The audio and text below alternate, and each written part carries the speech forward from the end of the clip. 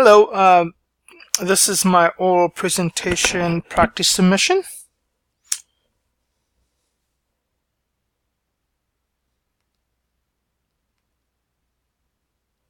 My name is Ajandra Singh. I am originally from Fiji Islands and I currently reside in Washington State. We moved from Fiji Islands when I was 10 years old. Spent about 3.5 years in New York, and now I reside in Everett, Washington.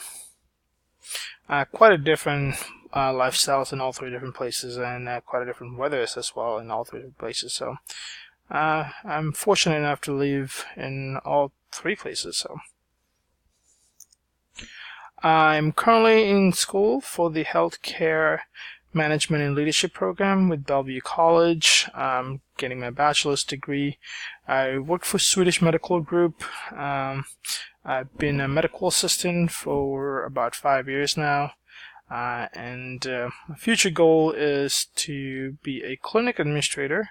That's my 5-year future goal, and further in future, I'd want to be a hospital administrator after do a master's program. I'd like to thank you for taking your time out and watching my video and